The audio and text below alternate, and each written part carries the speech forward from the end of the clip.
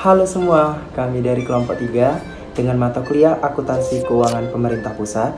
Di sini kami akan menjelaskan materi tentang reformasi pengelolaan keuangan negara. Dan saya akan memperkenalkan kelompok saya. Halo, saya Mutiara Azhara. Halo, perkenalkan nama saya Takia Ulinuha. Reformasi pengelolaan keuangan negara di Indonesia dimulai pada tahun 2003, Di mana ditandai dengan paket Undang-Undang Keuangan Negara, yaitu Undang-Undang Nomor 17 Tahun 2003 tentang Keuangan Negara, Undang-Undang Nomor 1 Tahun 2004 tentang Perbendaharaan Negara, dan Undang-Undang Nomor 15 Tahun 2004 tentang Pemeriksaan Pengelolaan dan Tanggung Jawab Keuangan Negara. Undang-Undang Nomor 17 Tahun 2003 berisi tentang 1. Dasar pemikiran. 2. Hal-hal baru dan atau perubahan mendasar dalam ketentuan pengelolaan keuangan negara yang diatur dalam Undang-Undang Republik Indonesia. 3. Pengertian dan ruang lingkup keuangan negara. 4. Asas-asas umum pengelolaan keuangan negara. 5. Kekuasaan atas pengelolaan keuangan negara. 6. Penyusunan dan penetapan APBN dan APBD. 7. Hubungan keuangan.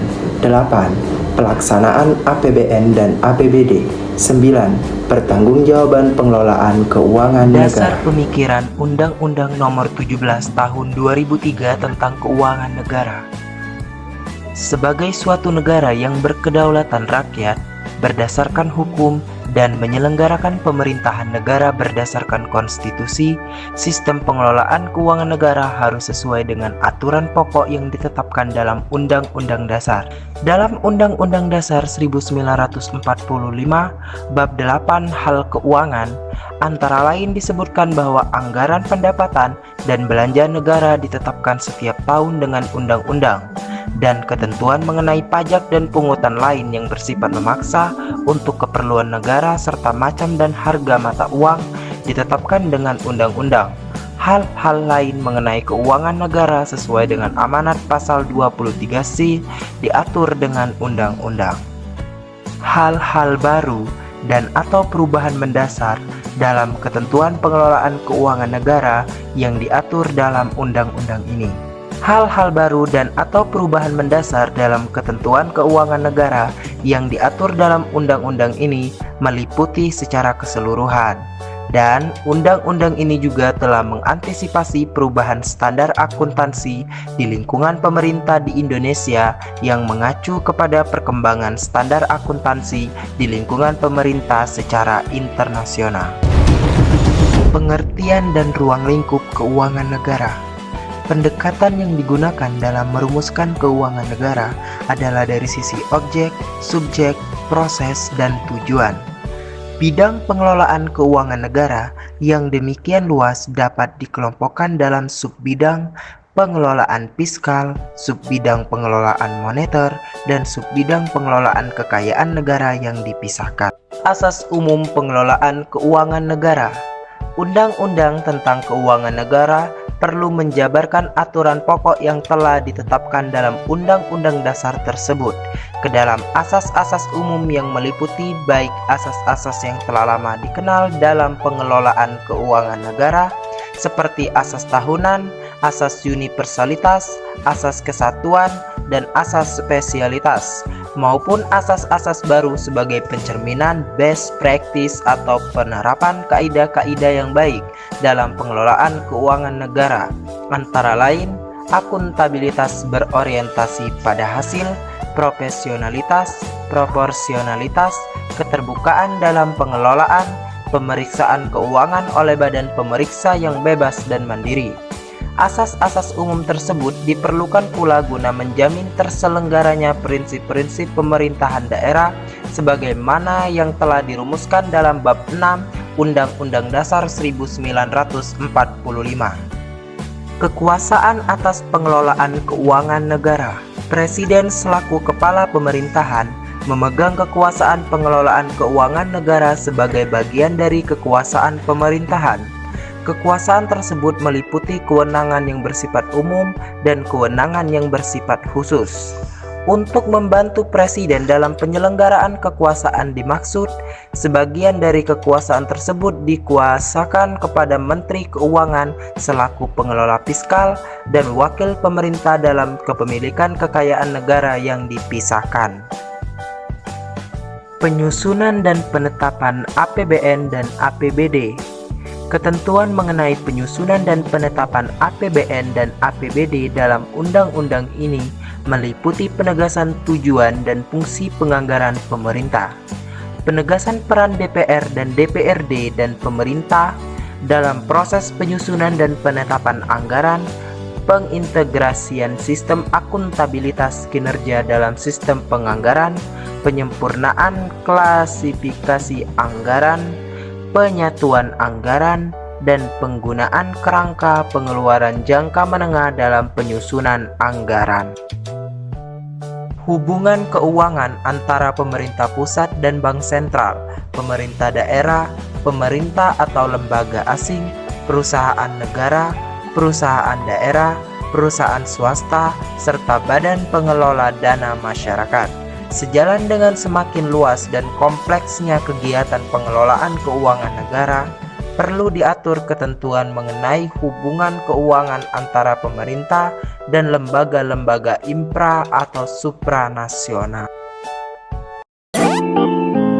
Pelaksanaan APBN dan APBD. Setelah APBN ditetapkan secara rinci dengan undang-undang, pelaksanaannya dituangkan lebih lanjut dengan keputusan Presiden sebagai pedoman bagi kementerian negara atau lembaga dalam pelaksanaan anggaran. Untuk memberikan informasi mengenai perkembangan pelaksanaan APBN atau APBD, pemerintah pusat atau pemerintah daerah perlu menyampaikan laporan realisasi semester pertama kepada DPR atau DPRD pada akhir Juli tahun anggaran yang bersangkutan. Pertanggungjawaban pengelolaan keuangan negara. Salah satu upaya konkret untuk mewujudkan transparansi dan akuntabilitas pengelolaan keuangan negara adalah penyampaian laporan pertanggungjawaban keuangan pemerintah yang memenuhi prinsip-prinsip tepat waktu dan disusun dengan mengikuti standar akuntansi pemerintah yang telah diterima secara umum. Dalam undang-undang ini ditetapkan bahwa laporan pertanggungjawaban pelaksanaan APBN dan APBD disampaikan berupa laporan keuangan yang setidak-tidaknya terdiri dari laporan realisasi anggaran, neraca, laporan arus kas, dan catatan atas laporan keuangan yang disusun sesuai dengan standar akuntansi pemerintah. Selanjutnya ialah Undang-Undang yang kedua, yaitu Nomor 1 Tahun 2004 tentang Perbendaharaan Negara, akan dijelaskan oleh saya sendiri, yaitu Mutiara Azahra. Undang-Undang Nomor 1 Tahun 2004 ini terbagi menjadi 7 subsistem. Yang pertama, dasar pemikiran. Yang kedua, pengertian, ruang lingkup, dan asas umum perbendaharaan negara. Yang ketiga, pejabat perbendaharaan negara. Yang keempat, penerapan kaidah pengelolaan keuangan yang sehat di lingkungan pemerintahan. Yang kelima, penatausahaan dan pertanggungjawaban pelaksanaan anggaran. Yang keenam, penyelesaian kerugian negara. Dan yang ketujuh, pengelolaan keuangan badan layanan umum. Undang-Undang Nomor 1 Tahun 2004 tentang Perbendaharaan Negara ini berisi tentang yang pertama, penyelenggaraan pemerintahan negara untuk mewujudkan tujuan bernegara, menimbulkan hak dan kewajiban negara yang perlu dikelola dalam suatu sistem pengelolaan keuangan negara. Pengelolaan keuangan negara sebagaimana dimaksud dalam Undang-Undang Dasar Negara Republik Indonesia tahun 1945 perlu dilaksanakan secara profesional, terbuka, dan bertanggung jawab untuk sebesar-besarnya kemakmuran rakyat yang diwujudkan dalam anggaran pendapatan dan belanja negara dan juga anggaran pendapatan dan belanja daerah.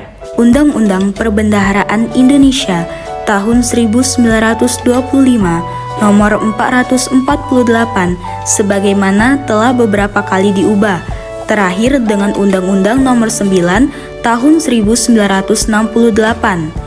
Undang-Undang Perbendaharaan Indonesia tersebut tidak dapat lagi memenuhi kebutuhan pengelolaan keuangan negara yang sesuai dengan tuntutan perkembangan demokrasi, ekonomi, dan teknologi.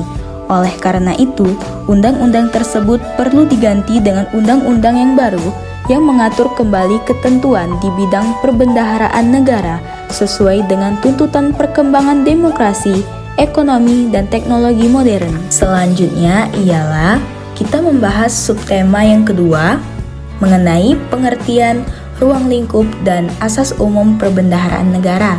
Yang pertama, kita jelaskan dulu maksud dari perbendaharaan negara ini. Nah, undang-undang tentang perbendaharaan negara ini dimaksudkan untuk memberikan landasan hukum di bidang administrasi keuangan negara.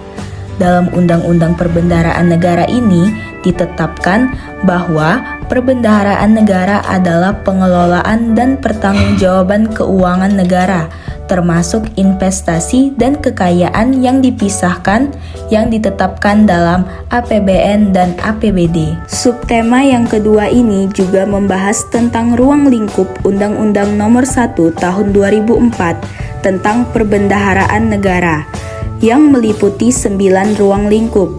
Yang pertama, kewenangan pejabat perbendaharaan negara. Yang kedua, pelaksanaan pendapatan dan belanja negara atau daerah. Yang ketiga, pengelolaan uang negara atau daerah. Yang keempat, pengelolaan piutang dan utang negara atau daerah. Yang kelima, pengelolaan investasi dan barang milik negara atau daerah. Yang keenam, penata usahaan dan pertanggungjawaban APBN atau APBD. Yang ketujuh, pengendalian intern pemerintah.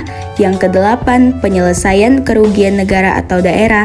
Dan yang kesembilan, serta pengelolaan keuangan badan layanan umum. Adapun asas-asas perbendaharaan negara. Asas-asas umum ini meliputi 4. Yang pertama, asas kesatuan. Asas kesatuan menghendaki agar semua pendapatan dan belanja negara atau daerah disajikan dalam satu dokumen anggaran. Yang kedua, asas universalitas mengharuskan agar setiap transaksi keuangan ditampilkan secara utuh dalam dokumen anggaran. Yang ketiga, asas tahunan membatasi masa berlakunya anggaran untuk suatu tahun tertentu. Dan yang terakhir, asas spesialitas mewajibkan agar kredit anggaran yang disediakan terinci secara jelas peruntukannya. Lalu selanjutnya ada juga pejabat perbendaharaan negara.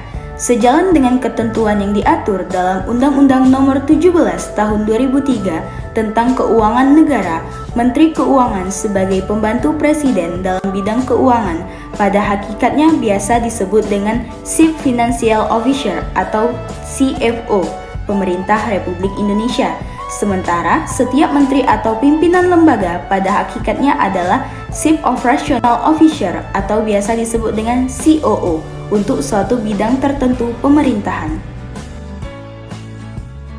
Sesuai dengan prinsip tersebut, Kementerian Keuangan berwenang dan bertanggung jawab atas pengelolaan aset dan kewajiban negara secara nasional, sementara Kementerian Negara atau lembaga berwenang dan bertanggung jawab atas penyelenggaraan pemerintah sesuai dengan tugas dan fungsinya masing-masing. Di lain pihak, Menteri Keuangan selaku Bendahara Umum Negara dan pejabat lainnya yang ditunjuk sebagai kuasa Bendahara Umum Negara bukanlah sekedar kasir yang hanya berwenang melaksanakan penerimaan dan pengeluaran negara tanpa berhak menilai kebenaran penerimaan dan pengeluaran tersebut.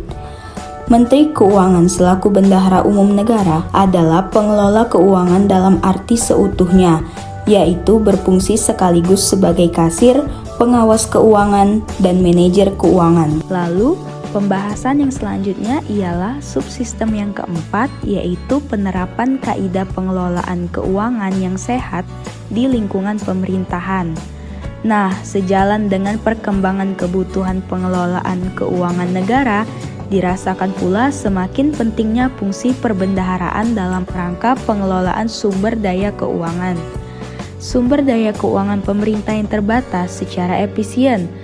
Fungsi perbendaharaan tersebut meliputi perencanaan kas yang baik, pencegahan agar jangan sampai terjadi kebocoran dan penyimpangan, pencarian sumber pembiayaan yang paling murah, dan pemanfaatan dana yang menganggur atau biasa disebut dengan idle cash. untuk meningkatkan nilai tambah sumber daya keuangan. Upaya untuk menerapkan prinsip-prinsip pengelolaan keuangan yang selama ini lebih banyak dilaksanakan di dunia usaha dalam pengelolaan keuangan pemerintah tidaklah dimaksudkan untuk menyamakan pengelolaan keuangan sektor pemerintah dengan pengelolaan keuangan sektor swasta.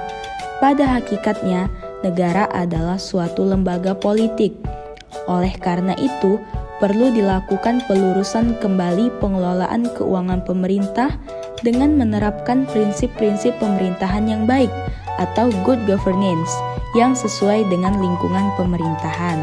Dalam Undang-Undang Perbendaharaan Negara ini juga diatur prinsip-prinsip yang berkaitan dengan pelaksanaan fungsi-fungsi pengelolaan kas, perencanaan penerimaan dan pengeluaran, pengelolaan utang piutang, dan investasi serta barang milik negara atau daerah yang selama ini belum mendapat perhatian yang memadai.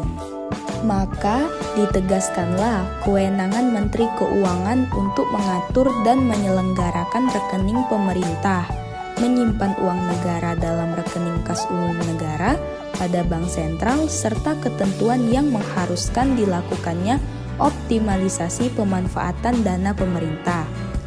Lalu, untuk meningkatkan transparansi dan akuntabilitas pengelolaan piutang negara atau daerah, diatur kewenangan penyelesaian piutang negara dan daerah. Sementara itu, dalam rangka pelaksanaan pembiayaan, ditetapkan pejabat yang diberi kuasa untuk mengadakan utang negara atau daerah.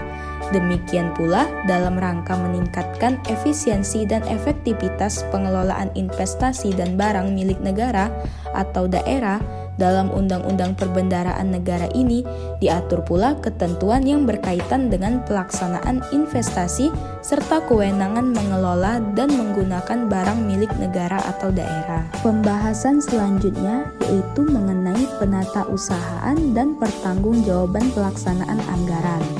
Untuk mewujudkan transparansi dan akuntabilitas dalam pengelolaan keuangan negara, laporan pertanggungjawaban keuangan pemerintah perlu disampaikan secara tepat waktu dan disusun mengikuti standar akuntansi pemerintahan. Nah, ketentuannya meliputi yang pertama, laporan keuangan pemerintah dihasilkan melalui proses akuntansi. Yang kedua, laporan keuangan pemerintah disajikan sesuai dengan standar akuntansi keuangan pemerintahan yang terdiri dari laporan realisasi anggaran, neraca, dan laporan arus kas disertai dengan catatan atas laporan keuangan.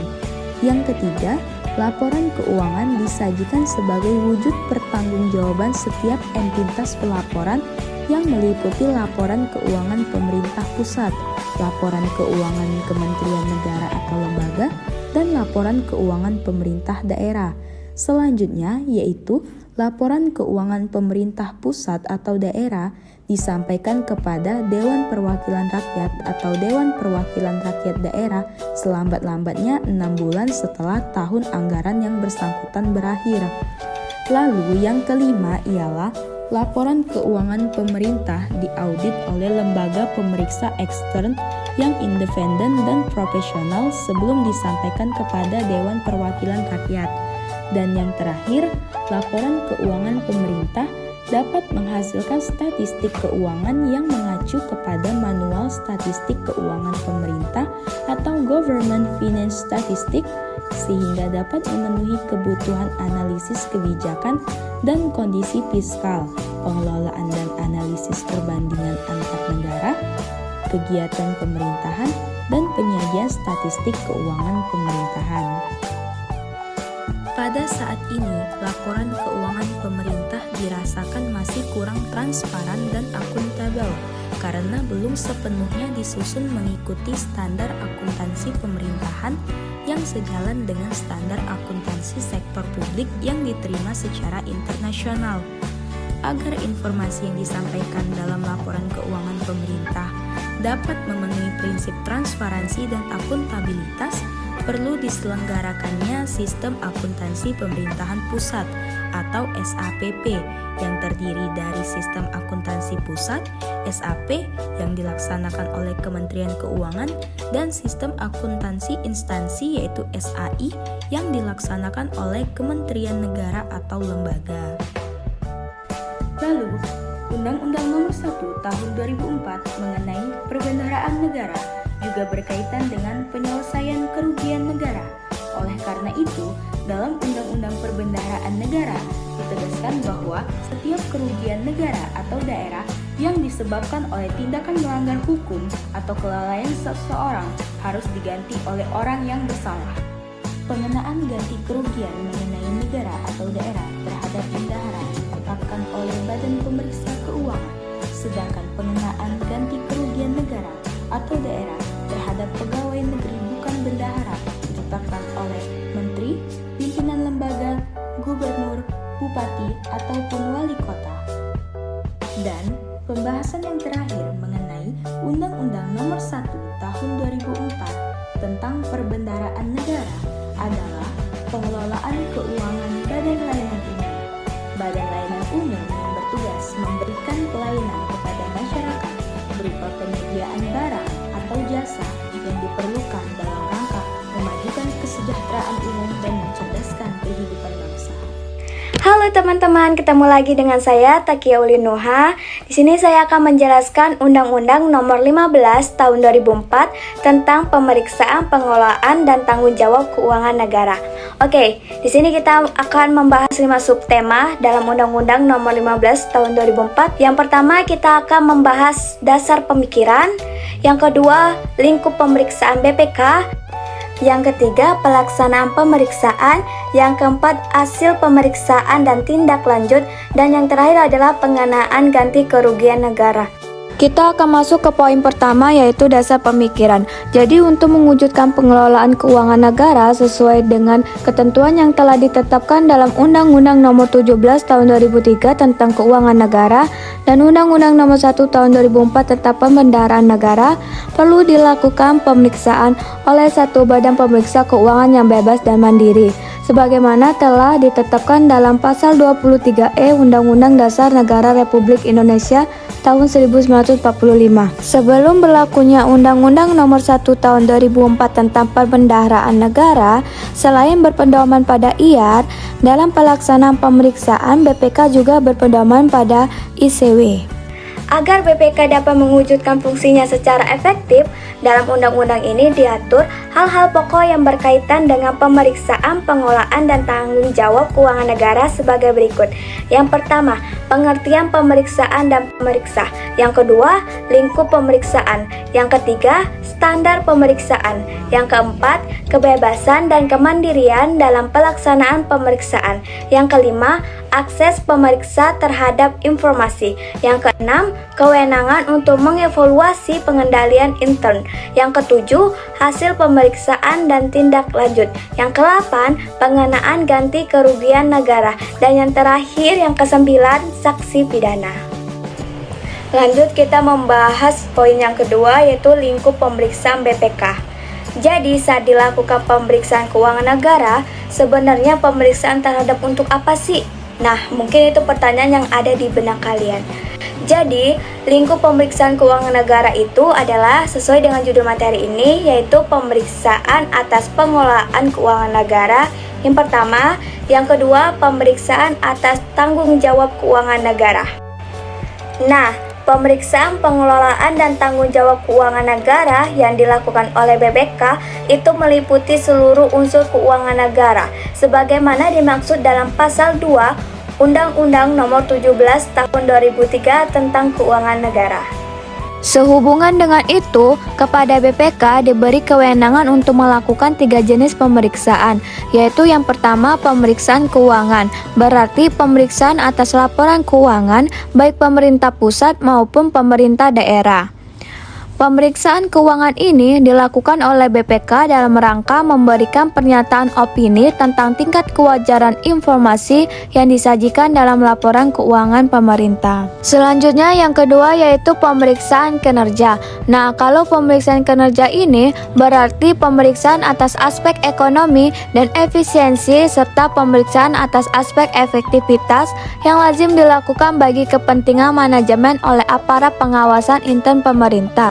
Nah, pemeriksaan kinerja yang dimaksudkan agar kegiatan yang dibiayai dengan keuangan negara atau daerah diselenggarakan secara ekonomis dan efisien serta memenuhi sasaran secara efektif. BPK kemudian akan memberikan rekomendasi yang dapat mendorong ke arah perbaikan.